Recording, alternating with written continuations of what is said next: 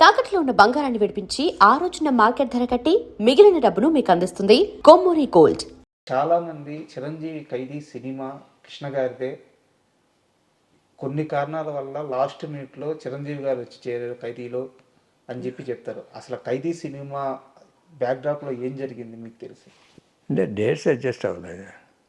కృష్ణ గారు ముందు వాళ్ళు కృష్ణ గారిని అప్రోచ్ అయ్యారు, డేట్స్ అడ్జస్ట్ కాలే, వేరే కమిట్మెంట్స్ తోటి. అప్పుడు కోదండరాం రెడ్డి ఖైదీ తీసుకొని తర్వాత చేద్దాంలే అని తర్వాత చేశారు. మామూలుగా అయితే ఖైదీలో కృష్ణ గారే చేయాలి, కానీ ఖైదీ సినిమాతో చిరంజీవి కెరీర్ ఎక్కడికో వెళ్ళిపోయింది కదా. అది ఉంది, అది ఒకే పార్ట్. అట్లా చాలా ఉంటాయి అది జరిగాయి. చిరంజీవి గారితో పోటీ ఉండేదా, లేకుంటే చిరంజీవి గారి మీద ఆప్యాయత ఉండేదా? ఎలా వాళ్ళిద్దరి మధ్య అనుబంధం ఎలా ఉండేది సార్, కృష్ణ గారికి చిరంజీవి గారికి? పెద్దగా పోటీతత్వం ఎప్పుడూ లేదు. ఆయన ఎప్పుడు కృష్ణ గారిని ఎప్పుడు గౌరవిస్తూనే ఉంటాడు. ఎప్పుడైనా ఎవరైనా ప్రొడ్యూసర్లు డేట్స్ అడ్జస్ట్ కాకపోతే తీసుకోండి, ఎవరో వాళ్ళు ఇప్పుడు వస్తున్నారు కదా చిరంజీవి, వీళ్ళందరూ ఎవరో వాళ్ళు పెట్టుకొని చేసుకోండి. చిరంజీవి గారి పేరు చెప్పేవాడు. అంటే చాలామంది ఏమంటారంటే ఈ స్టారు పోటీల్లో కృష్ణ గారు బ్రిడ్జ్ లాంటి వారు. ఎందుకంటే ఎన్టీఆర్ని ఆరాధించారు, ఎన్టీఆర్తోనే పోటీ పడ్డారు. తర్వాత తరంలో చిరంజీవికి పోటీగా నిలిచారు. కొన్ని సంవత్సరాల పాటు చిరంజీవి కంటే టాప్లో ఉన్నారు. ఇలా అందరితో కాంపిటేట్ అయ్యి అందరితో పోటీలో నిలబడి ఒక బ్రిడ్జ్ లాగా నిలబడిన వ్యక్తి కృష్ణ గారు అని చెప్తారనమాట. అందుకని ఈ ప్రశ్న అడిగాను. అది పోటీ అంటే సినిమా తరంగా పోటీ తప్ప మన సినిమా బాగుండాలి. అప్పుడు సింహాసనం చేసినప్పుడు, ఆ రోజుల్లో సింహాసనం చేసేటప్పుడు అందరూ పెద్ద హీరోలే, చిరంజీవి గారు కానీ బాలకృష్ణ గారు కానీ వీళ్ళందరూ. బట్ అయినా దానికి అబోవ్ వచ్చేసింది కదా సింహాసనం ఓపెనింగ్ అనేది, ఇప్పటికీ చెప్పుకుంటూ ఉంటారు. ఎందుకంటే ఆ డేస్లో అది హైయెస్ట్. సింహాసనం సినిమా గురించి ఒక చిన్న వీడియో చేశాను సార్ నేను. అంటే ఒక జర్నలిస్ట్ని తీసుకొచ్చి సింహాసనం స్పెషల్ అని చెప్పి ఒక చిన్న వీడియో చేస్తే, ఆ వీడియో 1,00,000 వ్యూస్ వెళ్ళింది యూట్యూబ్లో. వెళ్ళిన తర్వాత కింద కామెంట్స్ చూస్తే సింహాసనం సినిమాకి ఎంత ఫ్యాన్ ఫాలోయింగ్ ఉందంటే, అది అప్పటి బాహుబలి అని చెప్పి ఎంతమంది కామెంట్లు చేస్తున్నారు. మా తరం చూసిన బాహుబలి ఈ సినిమా అని చెప్పేసి, ఆ గ్రాండీర్ కానీ ఆ పాటలు కానీ, అసలు సింహాసనం సినిమా గురించి ఆ బ్యాక్డ్రాప్లో జరిగిన ఆ వర్క్ గురించి కాస్త చెప్పండి సార్. ఆయన ఫస్ట్ టైం డైరెక్షన్ కార్డు వేసుకోవడం, దాంతో ఏదో డిఫరెంట్గా ఉండాలని పెద్ద సినిమా చేయటం. ఓపెనింగ్ రోజులు ఇప్పుడు మామూలుగా విజయవాడ ఉంది, రాజీవరాజు సార్. ఆ రోజున 144 సెక్షన్ పెట్టారు. ఆ స్ట్రీట్లో వెళ్ళాలంటే టికెట్ చూపిస్తే కానీ అలౌ చేయలే. అంటే ఓపెనింగ్ సంగతి చెప్తాను సార్. అప్పుడు 2 థియేటర్లు వేస్తే ఎక్కువ, అది 5 థియేటర్లు వేశారు పెద్దవాళ్ళు.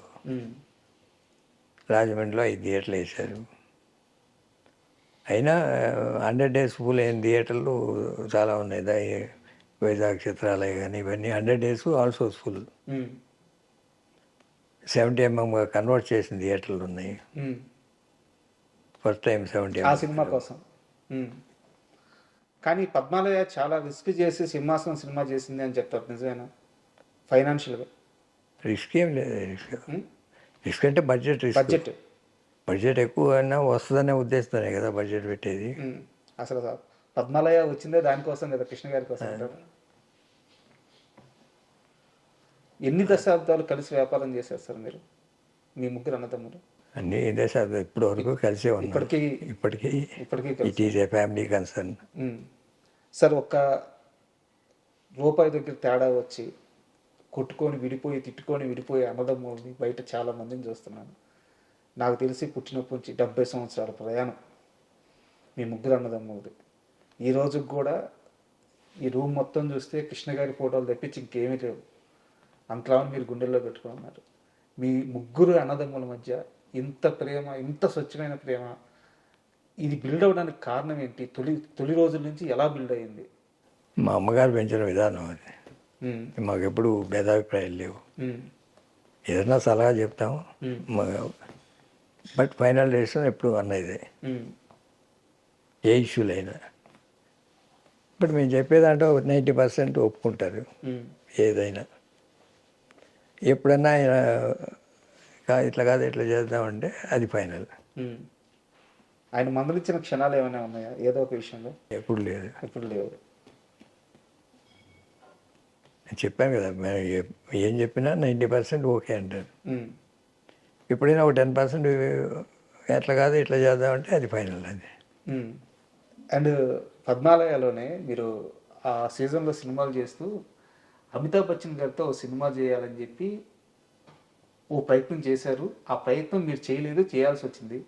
కానీ 6 నెలల పాటు మిమ్మల్ని తిప్పుకొని నేను సినిమా చేయను అని చెప్పి అమితాబ్ బచ్చన్ గారు చెప్పారట. ఏ సందర్భంలో చెప్పారు, ఎందుకు ప్రయత్నించారు? పొలిటికల్ సినిమా చేద్దామని తెలుగులో చేశాం కదా, నా పిలువే ప్రపంచం అని. ఇట్లా అంటే అగెనెస్ట్ టు ద గవర్నమెంట్. అట్లాంటిది హిందీలో చేద్దామని చేయమని ప్రపోజల్ వస్తే అట్లాంటి సినిమాలు నేను చేయను అని ఒక 5-6 నెలలు అయిన తర్వాత పక్క తీసుకెళ్ళి నాకు చెప్పారు, you're professional producer, don't waste your time, will do some other film. అది చెప్పచ్చు కదా ఓపెన్గా అంటే నేను చెప్పను. పైన పెద్దవాళ్ళు ఉన్నారా? పైన పెద్దవాళ్ళు ఉన్నారా? అదే నేను చెప్పను, ఇట్లాంటివి చేయను. అమితాబ్ బచ్చన్ గారితో అలాంటి పొలిటికల్ బ్యాక్గ్రౌండ్ సినిమా చేయిమని మిమ్మల్ని అడిగింది ఎవరు? అది ఫ్లాష్ బ్యాక్ వద్దులే, నా పేర్లు చాలా పెద్దవారా? ఏఎన్ఆర్ గారితో కూడా ఏంది గొడవ ఏముంది, దేవదాస్ తీశారని కూడా. దేవదాసు వల్లే కృష్ణ గారికి ఏఎన్ఆర్కి మధ్య చిన్న గ్యాప్ వచ్చింది. కృష్ణ గారి దేవదాసుని నవయుగ డిస్ట్రిబ్యూట్ చేయడం ఏఎన్ఆర్ గారికి అసలు నచ్చలేదు. అక్కడి నుంచి సారథి వాళ్ళతో గొడవ పెట్టుకొని ఆయన బయటికి వెళ్ళిపోయి చాలా తతంగం చేశారు. కృష్ణ గారు ఎంతో ఇష్టపడి దేవదాసు సినిమా చేసుకుంటే ఆ సినిమా మీద తన దేవదాసుని రిలీజ్ చేశాడు. ఇద్దరి మధ్య ఒక 3 ఏళ్ల పాటు చాలా పెద్ద గ్యాప్ నడిచింది అని చెప్పారు. నిజమా? దాని మీద వేయటం కృష్ణ గారికి బాధ అనిపించింది అది. ఎందుకంటే ఇప్పుడు ఆయన నెగిటివ్ రైట్ హోల్డరు మాకు కుటుంబానికి బాగా దగ్గర వ్యక్తి.